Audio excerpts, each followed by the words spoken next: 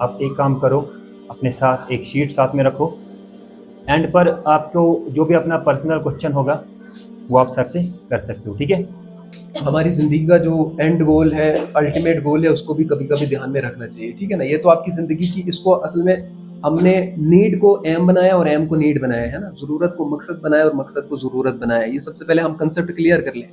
इस दुनिया की जो भी चीज़ें हैं ना, वो ज़रूरियात है, वो नीड है, और इस दुनिया के बाद जितनी भी चीज़ें हैं वो एम है, वो हमारा असली गोल है। आप मुझे बताएं, आप 60 सेकंड के लिए किसी जगह रहते हैं और आपने मान लो 60 साल कहीं गुजारने हैं, तो आपके एम किस लिए होना चाहिए? 60 सेकंड के लिए या 60 साल के लिए? 60 साल के लिए होना चाहिए ना। तो आपकी ज़िंदगी जो असल है ना, वो आखिरत वाली ज़िंदगी है, मतलब वहाँ से शुरू होगी। ये दुनिया की ज़िंदगी तो एक आर्जी ज़िंदगी है, यहाँ नीड पूरी करने के लिए हमें बैठना है ना, हमारी नीड पूरी हो जाए। कोई डॉक्टर बन रहा है, उसकी वो नीड है, उसकी वो ख्वाहिश है, वो डॉक्टर के हिसाब से काम करेगी। ये लड़की डॉक्टर बनेगी, को अच्छा काम करेगी, गरीबों की मदद करेगी, तो मतलब बहुत अच्छा काम कर रही है ना। लेकिन इसका अल्टीमेट गोल ये नहीं है, इसकी नीड है, इसकी जरूरत है, लोगों को इसकी जरूरत है, इसको खुद भी उसकी जरूरत है। अरे ये भी बनेगी डॉक्टर, ये पुलिस में जाएगा तो लोगों को मतलब रक्षा करेगा ना लोगों की। तो मतलब लोगों को इसकी जरूरत है, इसको लोगों की जरूरत है, लेकिन ये अल्टीमेट गोल नहीं है। अल्टीमेट गोल क्या है? मेरी जिंदगी की फिलॉसफी क्लियर हो जाए, मैं क्यों आया हूँ इस दुनिया में, क्यों आया हूँ। सबसे पहले यही बात है ना, कि असल में यहाँ जो आते हैं पढ़ने के लिए कि मैं डॉक्टर बनूंगा, और जो घर में पढ़ेगा वो भी तो डॉक्टर बन सकता है, उसने सिर्फ पेपर देना है, घर में उतना अच्छा पढ़ लेगा, वो बचपन से ही नीट की तैयारी कर लेगा तो डॉक्टर बन गया, आपसे आगे जाएगा। फिर आप यहाँ क्यों आते हैं, सबसे पहले इस चीज को भी क्लियर कर ले। हाँ, अदब एहतराम वो तो मैं ही कह रहा हूँ, घर में भी सीख सकते हैं ना, ठीक है ना। अदब एहतराम आप सीख सकते हैं घर में, आप पढ़ाई घर में कर सकते हैं, सारी चीजें आप, फिर आप स्कूल क्यों आते हो? सबसे पहले हाँ जी, चीजों को मतलब बहुत सारी चीजों के बारे में जान सकते। वही तो मैं कह रहा हूँ, वो तो घर पे भी सीख सकते हैं। जो इंसान बचपन से स्कूल नहीं आया, आप मुझे बताएं, अल्बर्ट आइंस्टाइन कभी स्कूल गया? न्यूटन कभी स्कूल गया, जिसकी आप ये पढ़ रहे हो, ठीक है ना। वो गए हैं, सही नहीं कहना। अब्बास इब्न फिरनास कभी स्कूल गया है? पता है कौन है? पता है मुस्लिम साइंटिस्ट के कौन कौन है? अल ख्वारिज़मी को जानता है कोई? नो। मैथ की ये जो अलजेब्रा पढ़ रहे हैं, क्या पढ़ रहे हैं? कि जाबिर इब्न हयान को कोई जानता है? 8th में आपका चैप्टर भी है उर्दू में। जानते हो क्या किया था उसने? एसिड इजाद किया था। आप मुस्लिम साइंटिस्ट इब्न सीना को जानता है कोई आप में से? मेडिकल का वो केमिस्ट्री और बायोलॉजी का सबसे टॉप लेवल का बंदा है। इब्न सीना को कोई जानता है? अल फाराबी को कोई जानता है? नहीं जानते ना आप कुछ नहीं जानते, ठीक है ना। इसलिए सबसे पहले आपकी क्या होनी चाहिए, बेसिक क्लियर होना चाहिए। उसके बाद आपको ये भी पता होना चाहिए कि हमारे रोल मॉडल क्या है, हमारे मुस्लिम साइंटिस्ट कौन कौन है। आपको न्यूटन तो सही है ना सबको, आइंस्टाइन सबको सही है ना, सही है ना सबको। तो आपको मुस्लिम साइंटिस्ट जो उससे पहले साइंटिस्ट आए, न्यूटन से पहले भी किसी ने ग्रेविटी थ्योरी दी है, आपको वो भी पता होना चाहिए, ठीक है ना। उससे पहले, हालांकि न्यूटन के बारे में कहा जाता है, लेकिन न्यूटन से पहले भी किसी ने दी है, उसके बारे में भी हम पढ़ें, सब चीज़ों के बारे में हम पढ़ें। इसलिए मैं आज आपको 4, आप ये लिख लेना, ठीक है ना। मैं आपको समझा दूंगा बोर्ड पर, इसलिए समझाऊंगा ताकि आपको समझ आ जाए, ठीक है ना। इन 4 चीज़ों पे जो है वो लाइफ चलती है, ठीक है। इन 4 चीज़ों पे लाइफ की फिलॉसफी क्लियर होती है, सारी चीज़ें, मतलब लाइफ जो चलती है ना, इसी के हिसाब से चलती है, इसके अलावा चल ही नहीं सकती। अगर आपने इसके अलावा लाइफ गुजारी तो आप जानवर की तरह जिंदगी गुजारेंगे, ठीक है ना। तो आप जानवर की तरह जिंदगी गुजारना चाहते हैं? नहीं चाहते ना। तो जानवर की तरह आपकी जिंदगी गुजरेगी अगर आपके अंदर की 4 चीजें नहीं हुई। किसी को पता है एम्पैथी क्या होता है? आप में से किसी को पता है एम्पैथी क्या होता है?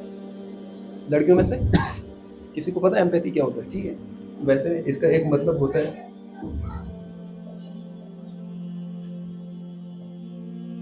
एहसास शराकत, ठीक है ना। एम्पैथी का मतलब क्या होता है? एहसास शराकत। ये बंदे की इनेट आइडिया के अंदर है, बंदे की इनेट साइकोलॉजी के अंदर होता है। जैसे ही वो पैदा होता है ना, उसके अंदर ये चीज फितरतन नेचर में होती है। इनेट आइडिया किसको कहते हैं? जो कुदरती तौर पर हो, जो नेचर में हो चीज, उसे इनेट आइडिया कहते हैं। तो इनेट आइडिया में एम्पैथी है, एहसास शराकत है। अब कोई मुझे एग्जाम्पल दे सकता है एम्पैथी का? आप हमदर्दी भी इसको ले सकते हैं, हमदर्दी की कोई मुझे एग्जाम्पल दे सकता है? आप में से कोई दे सकता है मुझे एग्जाम्पल? एहसास शराकत कहते हैं इसको कि एक बंदा मुसीबत में है, मैं उसकी उस मुसीबत की स्टेज में खड़ा हो जाऊं कि अगर मैं इस मुसीबत में होता तो मुझ पर क्या गुजरती। इसे कहते हैं एम्पैथी। मतलब उसकी उस फील्ड में खुद को समझना, कि मतलब अगर आप यहाँ से समझ लें कि गजा के बच्चों का आपको पता है ना क्या हालत है इस वक्त, है ना, सब भूख से मर रहे हैं, प्यासे मर रहे हैं। अब मुझे यहाँ पे ये ख्याल करना है कि अगर मैं वहां पे होता तो मेरी क्या हालत होती, या वो मेरे भाई है और अगर मैं कोल्ड ड्रिंक नहीं छोड़ सकता, इसराइली प्रोडक्ट बाइकआउट नहीं कर सकता, कुछ भी नहीं कर सकता उनके लिए। इसका मतलब यह है कि मेरे अंदर हमदर्दी नहीं है, एम्पैथी नहीं है। एम्पैथी नेचर के अंदर होती है और ये मरती नहीं। इसको मारता कौन है? एनवायरनमेंट मारता है, समाज मारता है, हमारी जो इर्द गिर्द माहौल है, हमारे घर वाले हैं या कुछ और है, वो हमारी इन चीजों को मार देते हैं, एम्पैथी को, एहसास शराकत को। क्या आपको ये पता ही नहीं कि मेरा भाई वहां मर रहा है? क्योंकि वो भी तो आप ही का भाई है ना। उसको भी तो वो जो अगर भूख से मर रहा है, प्यासा मर रहा है, उसको बीमारी लग रही, कुछ भी है, या दुनिया में उसके अलावा कहीं भी कोई चीज हो रही है, तो इसका ये मतलब है कि वो एम्पैथी आपके अंदर नहीं है। तो मतलब आप जानवर की जिंदगी गुजार रहे हैं, इंसानों की जिंदगी नहीं गुजार रहे हैं। आप समझ रहे हैं मेरी बात? ठीक है। एम्पैथी का क्या मतलब होता है? एहसास शराकत, है ना। एहसास शराकत, अगर आपने किसी फकीर को देख लिया और आपके अंदर ये हिम्मत है, कुदरत है, आपके पास पैसे भी है, सारी चीजें, फिर भी आप उसकी नीड पूरी नहीं कर रहे हो, इसका मतलब है कि आपके अंदर एम्पैथी खत्म हो गई, आपके अंदर एम्पैथी नहीं है। ठीक है ना। किसी आपकी गाँव में या संग्राम बाटा में कोई जो है वो मुसीबत में पड़ गया, तो इसका क्या मतलब है? आपके पास सब कुछ पैसे भी हैं, सारी चीजें, फिर भी आप उसकी मदद नहीं कर रहे हैं। इसका मतलब क्या है? एम्पैथी आपके अंदर खत्म हो चुकी है। एम्पैथी किसको कहते हैं? एहसास शराकत को। एहसास शराकत हो मतलब दूसरे के एहसास अपने अंदर लेना कि यार इसकी जो प्रॉब्लम है वो मेरी अगर होती तो मैं कैसे इसको सॉल्व करता। ठीक है, इसको क्या कहते हैं? एम्पैथी। सब बोलो ना, एम्पैथी, एम्पैथी। ठीक है, पहली बार वर्ड सुना एम्पैथी? हाँ, चलो। और दूसरी चीज क्या है? फिलॉसफी। फिलॉसफी पता है किसको कहते हैं? फलसफा। फिलॉसफी का आप सिंपल मीनिंग समझ ले, मैं इस दुनिया में क्यों आया हूँ, क्या करने आया हूँ, मेरा क्या मकसद है, मैं जब बच्चा था तो फिर जवान क्यों हो गया, आप कल इतने बच्चे, कल हम भी इतने ही थे, अब मैं ऐसा हो गया, कल को मैं बूढ़ा हो जाऊंगा। ठीक है ना। तो अगर मैं इस स्टेज पर पहुंचा जब मैं बूढ़ा हो जाऊंगा, तो मैं ये बचपन से जवानी, जवानी से बुढ़ापा और फिर मर गया, तो क्या मेरी जिंदगी का अल्टीमेट गोल यही है? And do you have any guarantee कि आपको कल मौत नहीं आएगी? हर एक बंदा सोच ले, ठीक है ना, कि किसी को भी मौत आ सकती है, मुझे भी आ सकती है, आपको भी आ सकती है। कितने ही बच्चे हमारे स्कूलों के होते हैं, वो बच्चे घर नहीं पहुंच पाते, मर जाते हैं रास्ते में। अभी सैलाब में कितने लाखों बच्चे चले गए, है ना, वो घर जा रहे हैं जो स्कूल से वापस आ रहे थे, है ना। तो मतलब ये चीजें हैं कि लाइफ की फिलॉसफी क्लियर होनी चाहिए। मैं दुनिया में क्यों आया हूँ वो मैं आपको पहले ही समझा दिया। एक होता है एम और एक होती है नीड। आपकी नीड है डॉक्टर, इंजीनियर, कुछ भी बनना, ठीक है। और आपको मैं एक बात बताऊं, इस माशरे में, इस क्लास में सब ऐसे ही बच्चे होंगे जो कोई डॉक्टर बन रहा होगा, कोई पुलिस वाला बन रहा होगा, कोई IAS ऑफिसर बन रहा होगा, या कुछ और DC WC, सब कुछ ऐसा ही होगा। लेकिन कोई भी यहाँ पे सोशल थिंकर नहीं बनना चाहता। जो आइंस्टाइन था, जो न्यूटन था, साइंटिस्ट, यहाँ पे कोई न्यूरो साइंटिस्ट कोई नहीं बनना चाहता यहाँ पे। ठीक है, न्यूरो साइकोलॉजी किसी की क्लियर ही नहीं है, वहां पे किसी को कुछ पता नहीं है कि क्या हो रहा है। ठीक है ना, ये सारी चीजें हमें पता होनी चाहिए। आप ऐसे कोई ऐसा है जो कहता है कि आप, जिसको अभी नहीं, आप झूठ नहीं बोलना, जिसको पहले से पता था कि मैं साइंटिस्ट बनूंगा? हाँ, था आप में से किसी को? किसी को है आप में से किसी को? आप में से किसी को कि मैंने साइंटिस्ट बनना? मत था ना। लेकिन आप सोशल थिंकर, आप सोचना ही नहीं चाहते ना, इसलिए आप बनना नहीं चाहते। आप सोचते हैं कि मेरी जो है लाइफ है वो मैं जॉब कर लूंगा, उससे जो पैसा मिलेगा मेरी जिंदगी सेटल हो जाएगी, एक घर बना लूंगा, एक गाड़ी बना लूंगा, तो बस होगी लाइफ सेटल। इससे लाइफ सेटल थोड़ी होती है। अब अपनी अगली जो जनरेशन है उसके लिए काम करने से आपकी जिंदगी जो है वो सेटल होती है, और आखिरत के लिए कुछ करने से जिंदगी सेटल होती है। तो सबसे पहले हमें लाइफ की फिलॉसफी क्लियर होनी चाहिए। मैं क्यों आया हूँ यहाँ पे? सबसे पहले मैं क्यों आया हूँ? अपने रब को पहचानने के लिए आया हूँ, जिसने मुझे पैदा किया इस जहां में। ठीक है, इस दुनिया में मुझे जिसने पैदा किया, और ये अर्थ का गोला कितना है, इसके अलावा इतनी बड़ी कायनात है। ये तो मतलब बैक्टीरिया जो होता है ना, बैक्टीरिया, उस यूनिवर्स के सामने ये अर्थ बैक्टीरिया के बराबर भी नहीं है। एक छोटा सा जो माइक्रोस्कोप के अंदर नजर आता है मुश्किल से, वो उसके बराबर भी इस जमीन की वैल्यू नहीं है। तो इस जमीन में हम इतने छोटे छोटे हैं, हमारी क्या वैल्यू है अल्लाह के सामने? तो अल्लाह ने हमें इस दुनिया में भेजा, सबसे पहले हम उसको पहचानने की कोशिश करें। ठीक है ना, मैं क्यों आया हूँ दुनिया में, मेरी जिंदगी का मकसद क्या है, मेरी पहचान क्या है, मेरा असल गोल क्या, अल्टीमेट गोल क्या है मेरे, वो सबसे पहले पहचानना है। ठीक है ना। तो ये सारी चीजें हमें क्लियर होनी चाहिए। फिलॉसफी लाइफ की क्लियर होनी चाहिए, मैं इस दुनिया में क्यों आया हूँ। और इसी को मैंने फिर आपको कहा, स्कूल क्यों आते हो? ठीक है ना, स्कूल का भी क्लियर होना चाहिए आपको, स्कूल क्यों आते हैं। कभी सर से भी पूछ लिया ना कि हम स्कूल क्यों आते हैं, जब हम घर में सारी चीजें कर सकते हैं, है ना, ताकि आपका वो कंसेप्ट क्लियर हो जाए, सारी चीजें आपकी क्लियर हो जाए, है ना। आपके माँ बाप मजदूरी करते हैं, सारी चीजें करते हैं, फिर आपको फीस देते हैं, फिर आपको यहाँ भेजते हैं, तो क्यों कर भेजते हैं? कुछ करने के लिए भेजते हैं या ऐसे भेज देते हैं कि वैसे आप घर में पढ़ सकते हैं, किसी को ट्यूशन पे लगा दो, वो आपको इससे अच्छा पढ़ा लेगा, फिर क्यों आते हो आप स्कूल? उसको भी आप देख लें। ठीक है ना, सबसे पहले आपकी क्या होनी चाहिए? लाइफ की फिलॉसफी क्लियर होनी चाहिए। ये दूसरी चीज है। ठीक है ना, पहली तो होगी एहसास शराकत, और इसको उर्दू में कहते हैं फलसफा। ठीक है, फलसफा। ये अब जब आप बड़े हो जाएंगे ना, तब आपको पता चलेगा सारी चीजें हैं क्या। ठीक है ना, सबसे पहले आपको क्या होना चाहिए? Clear empathy. वो नेचर के अंदर होती है, उसको मरने नहीं देना आप कभी। ठीक है, कभी नहीं मरने देना। ठीक है, और ऐसी, और दूसरी है फिलॉसफी, आप दुनिया में क्यों आए हैं। ठीक है ना, दुनिया में क्यों आए हैं? डॉक्टर बनने के लिए, इंजीनियर बनने के लिए, हाँ, हाँ वो ये इनने सही कहा, ठीक है। मतलब यहाँ पे एक एग्जामिनेशन हॉल है, ये दुनिया जो है वो एग्जामिनेशन हॉल है। अब इसके क्वेश्चन भी हमारे पास है, सारी चीजें हैं। आप क्वेश्चन भी वो, अगर ये तासिर भाई आपको क्वेश्चन पेपर देगा, ठीक है, आखिरत का क्वेश्चन पेपर इनको दे देना सबको, ताकि आपको दुनिया में वो एग्जाम पास कर सको और आखिरत में तुम पास हो जाओ और तुम्हारी जिंदगी अबदन अब्दा के लिए हमेशा की नियमतों में चली जाए, ठीक है ना। ये हमारी जिंदगी फिलॉसफी क्लियर होनी चाहिए, हम इस दुनिया में क्यों आए। और तीसरी चीज, जब आपकी एम्पैथी क्लियर होती है, जब आपका फलसफा क्लियर होता है, तो आपके अंदर एट्रीब्यूट्स आते हैं। एट्रीब्यूट्स पता है किसको कहते हैं ना, आप में से किसी को पता है एट्रीब्यूट्स किसे कहते हैं? सिफात, ठीक है। सिफात किसको कहेंगे आप? किसी के अंदर पेशेंस है, सब्र है, तो उसके अंदर एक एट्रीब्यूट है, ठीक है। किसी के अंदर ऑनेस्टी है, ईमानदारी है, तो उसके अंदर एक एट्रीब्यूट है, ठीक है ना। किसी के अंदर कोई और सिफात है। आप में से कितने ऐसे बच्चे हैं जो मॉर्निंग असेंबली ले आगे बोलते हैं? नहीं, आज तक नहीं बोला कभी, मैंने भी कभी नहीं बोला है जिंदगी में। लेकिन आप में से कितने हैं जो कभी नहीं बोलते? हाथ खड़े करो थोड़ा, आपका सारी खड़ा हो गया। आप बताओ कौन कौन नहीं खड़ा होता? लड़कियों में से बता दें, लड़कियां सब खड़ी होती? सब? इनमें से कोई है? सारी खड़ी होती। लड़कों में से आप नहीं खड़े होते? ये तो हाथ खड़ा कर रहा था कि मैं नहीं खड़ा होता। ये नहीं होता खड़ा? एक को छोड़कर 90 ऊपर उठ जाओ, इधर आओ, इधर। डरने की बात नहीं है। स्पीकिंग एक स्किल है ना, एट्रीब्यूट है ना। हम बचपन में कभी उठे ही, तो स्पीकिंग क्या है?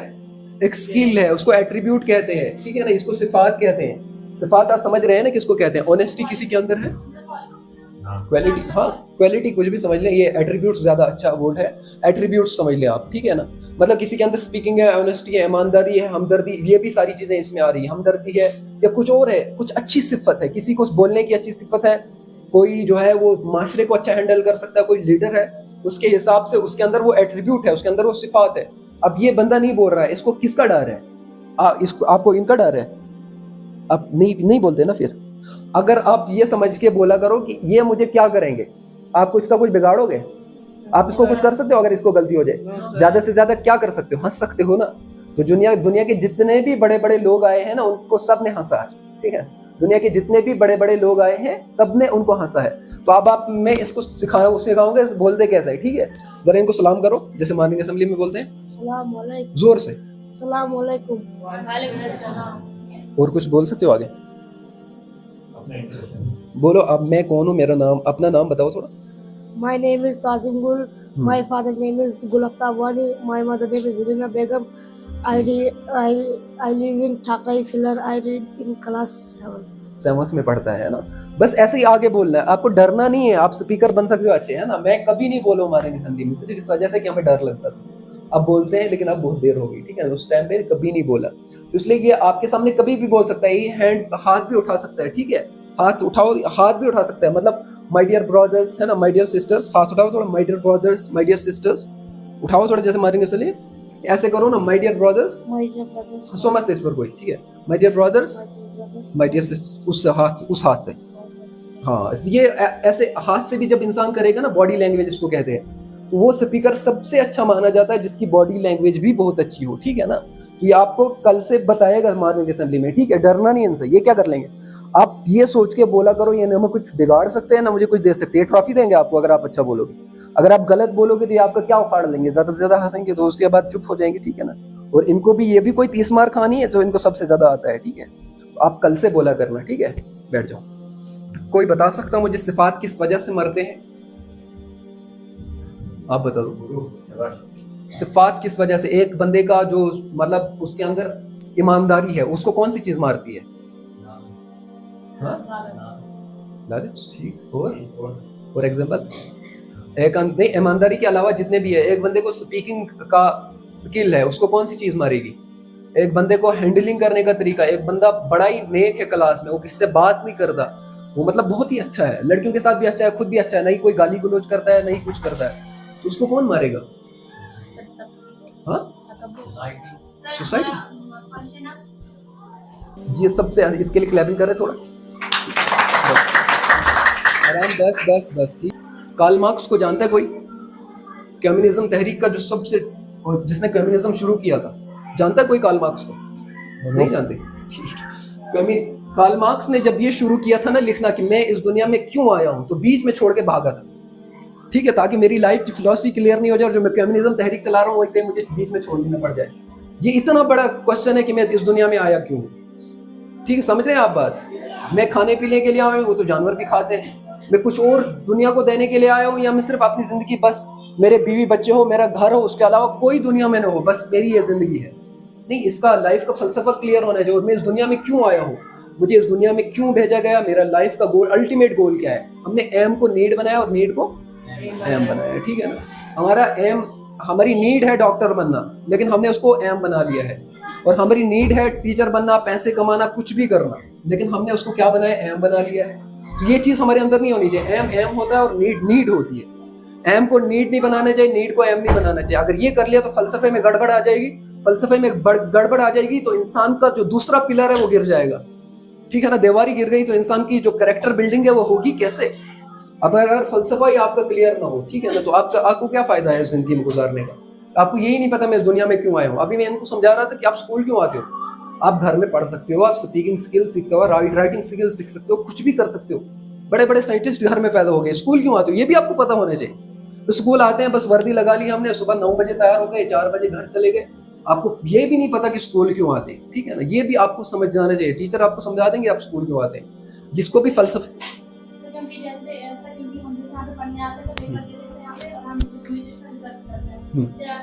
अगर हमारा रिजल्ट अच्छा होगा तो हमें मतलब रिवार्ड मिलेगा, तो सर हमें जो रिवार्ड मिलेगा, अगर नहीं तो सर हमें पनिशमेंट मिलेगी। और सर वैसे ही जो है हम इस दुनिया में इससे आए ताकि हम जो यहाँ पे अल्लाह ताला ने हमें यहाँ पे एग्जाम देने के लिए भेजा। अगर हम वहाँ एग्जाम देने के लिए पास हो गए तो हमें जो है वहाँ पे रिवार्ड मिलेगा यानी जन्नत। अगर हमें पनिशमेंट मिली तो वहाँ पे जो हमें जहन्नम मिलेगा। ठीक, ये भी सही है ना। लाइफ का फलसफा इस तरह से भी क्लियर हो सकता है। अब इन्होंने जो स्कूल की एग्जांपल दी वो उसमें थोड़ा सा गड़बड़ है, लेकिन चलेगी। ठीक है ना, स्कूल की एग्जांपल वो चलेगी। स्कूल क्यों आते हैं उन्होंने जो एग्जांपल दी। बाकी उन्होंने जो लाइफ का फलसफा पेश किया कि यहाँ पे एग्जामिनेशन हॉल है, ठीक है ना, हम यहाँ कुछ सेकंड के लिए आए, 3 घंटे के लिए आए हैं।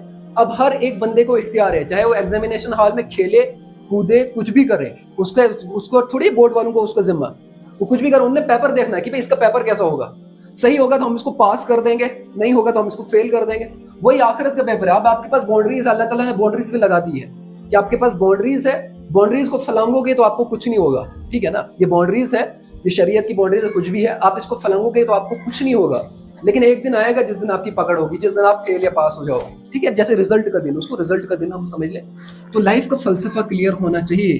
अब चौथी सिर्फ विजडम। विजडम किसको कहते हैं? चमत्कार। ये किसने पढ़ाया था? हिकमत। ठीक है ना, हिकमत उर्दू में इसको कहते हैं हिकमत। विजडम को कहते हैं हिकमत। हिकमत की कोई एग्जांपल मुझे दे दे। हिकमत की कोई एग्जांपल दे सकता है मुझे? विजडम किसको कहते हैं? विजडम कहते हैं कि आपके अंदर हिकमत आ जाए, अब बात करने की। आप बड़ों के सामने बात करोगे, बड़ों के सामने कोई राय पेश करोगे, इसको एक तरह से हम कहें मौका शनासी, मुर्दम शनासी। ठीक है ना, किस मौके पर मुझे क्या बात करनी है और किस मौके पर मुझे किस बंदे को चूज करना है। ठीक है ना, अब ये बच्चा कभी उठा ही नहीं और कंपटीशन चल रहा है स्पीकिंग का, और मैं कहूँ कि ये उठे, इसका मतलब है कि कोई किसी टीचर के अंदर क्या नहीं है, विजडम नहीं है, हिकमत नहीं है। अब ये बच्ची तेज है पढ़ने के लिए, इसकी जगह मैं किसी दूसरी बच्ची को ले जाऊं, तो इसका मतलब ये है कि मेरे अंदर विजडम नहीं है। और विजडम कैसे आता है? इन 3 चीजों को क्लियर करके विजडम आता है। एम्पैथी को, फिलॉसफी को, एट्रीब्यूट्स को, फिर विजडम आता है। लास्ट पे विजडम आता है। विजडम बड़ी खतरनाक चीज है। अल्लाह ताला ने कुरान में इसकी बड़ी फजीलत बयान की है, विजडम की, हिकमत की, कि लोगों को अगर आप दीन की तरफ बुला रहे हो तो उसको हिकमत के साथ बुलाओ। बिना हिकमत के नहीं कि भाई दौड़ धूप चल रही, सारी चीजें चल रही और हिकमत नाम की कोई चीज नहीं है। इसको कहते हैं हिकमत। हम अक्सर कश्मीरी में हिकमत से काम, ठीक है ना, इसको कश्मीरी में कहते हैं ना, घर वाले भी कहते हैं हिकमत से। हिकमत, वो हिकमत क्या होती है, उसी को कहते हैं विजडम। ठीक है, बड़े सोच समझ के, बड़े ध्यान से, कि इसके अंदर पहले से आप मेरिट्स और डिमेरिट्स पहले से सोच लेना कि इसके नुकसानात क्या है, फायदे क्या है, सारी चीजें आप पहले से समझ जाना, फिर आपको ये काम करना है ना। अब ये 3 चीजें आपके क्लियर हो गई ना, एम्पैथी भी है, फिलॉसफी भी है, एट्रीब्यूट्स है, विजडम आ गया। अब आपको शादी करनी चाहिए। अब आपको पता है मेरे अंदर विजडम है, हिकमत है कि मुझे किसको चूज करना है। अगर आपने यहीं पे गड़बड़ कर लिया, अभी आप 8th स्टैंडर्ड में हो, फलसफे में ही बिगड़ गए, है ना, आप यही बिगड़ गए, तो आप आगे नहीं चल पाओगे। ठीक है, जब आपको विजडम क्लियर हो, हिकमत क्लियर हो, फिर आपको पता है कि मुझे अपने लिए कौन सा पार्टनर चुनना है, मेरे घर वालों को क्या करना है, मेरे घर वाले किस लिए हैं। ठीक है ना, वो भी आपके अंदर खुद ही आएगा। एट्रीब्यूट्स उसी को कहते हैं, रिस्पेक्ट जब आएगी फिर आपको विजडम आएगा। घर वालों को आपको पता होगा कि मेरे घर वाले कौन है, मेरे माँ बाप कौन है। ठीक है ना, फिर आपको पता चलेगा, फिर आपको लास्ट पे क्या आती है, विजडम आती है। अब मैं इन चारों पॉइंट को, आप में से कोई मुझे एग्जांपल भी दे सकता है या क्वेश्चन भी पूछ सकता है, ठीक है ना। सबसे पहले हमें क्या होना चाहिए क्लियर, एम्पैथी क्या होती है, नहीं होती क्या है, नेचुरल होती है या बाद में आती है, इनेट साइकोलॉजी के अंदर है, इनेट आइडिया के अंदर है। इनेट आइडिया कहते हैं फितरी चीज को, नेचर के अंदर जो है, जो पहले से वदियत की गई हो। और फिलॉसफी क्लियर होनी चाहिए, ठीक है, इसको बंद कर दीजिए। और फिलॉसफी क्लियर होनी चाहिए। फलसफा किसको कहते हैं, आप में से, मैंने पहले भी कहा था, कोई आप में से किसी फिलोसफर को जानता है, फिलोसफर को जानते हो, किसी फिलोसफर को दुनिया में जो बड़े फिलोसफर आए, ये जितने भी आप साइंस पढ़ते हैं ना, ये फिलॉसफी की वजह से यहाँ पे आई है। फलसफा जिसका क्लियर हो, एरिस्टोटल को आप में से कोई जानता है, प्लाटो को कोई जानता है, सुक्रेटिस को कोई जानता है, थेलियस को कोई जानता है, नहीं, ठीक है, वही तो मसला है। सबसे पहले आपको फलसफा क्लियर होने चाहिए कि मेरी जिंदगी में उन्होंने सबसे पहले ये कर लिया था, इस दुनिया की जितनी भी थ्योरीज है ना, एरिस्टोटल को फादर ऑफ ऑल साइंस कहते हैं, केमिस्ट्री भी, फिजिक्स भी और बायोलॉजी भी, हर चीज का फादर उसको कहते हैं। तो हमें ये भी पता होना चाहिए कि एरिस्टोटल कौन था, फलसफा क्या होता है और फिलोसफर्स कौन होते हैं। तो पहली चीज एहसास शराकत, दूसरी चीज फलसफा, तीसरी चीज सिफात और चौथी चीज विजडम। विजडम कैसे कहते हैं, हिकमत को। आप में से कोई मुझे एट्रीब्यूट्स की एग्जांपल दे सकता है, आप दे दी।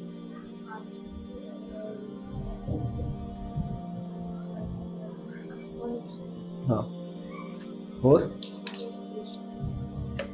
पेशेंस, ठीक, बिल्कुल सही। लड़कियों में से कोई एग्जांपल दे, एट्रीब्यूट्स की कोई एग्जांपल दें इसके अलावा जो है, लड़कियों में से आप दे दें। अल्लाह ताला ने कुरान में सूरह बकरा में ये फरमाया है कि कुरान से वही लोग हिदायत पा सकते हैं जिनमें सिफात यानी कुछ क्वालिटीज हैं। हाँ, ठीक, नहीं मैं कह रहा हूँ, वही तो मैं कह रहा हूँ, कौन सी सिफात होनी चाहिए, जैसे कि वो परहेजगार होने चाहिए, ठीक, सर उनको जैसा आगे पैकिंग होना चाहिए, ये भी होना चाहिए, और जो आप इनने सही पॉइंट पकड़ लिया, ठीक है ना। सिफात, एक परहेजगारी भी सिफात में आती है। जो बंदा परहेजगार होगा वो कभी भी हराम में नहीं पड़ सकता, उसका एट्रीब्यूट्स खत्म नहीं हो सकता, ठीक है ना, उसके अंदर सिफात खत्म नहीं हो सकते, जिसके अंदर क्या होगी, परहेजगारी होगी। मतलब जो मुत्तकी होगा, तकवे वाला होगा, उसको कभी भी एट्रीब्यूट्स खराब नहीं होंगे, उसके सिफात कभी खराब नहीं होंगे, फिर उसके अंदर हिकमत आएगी।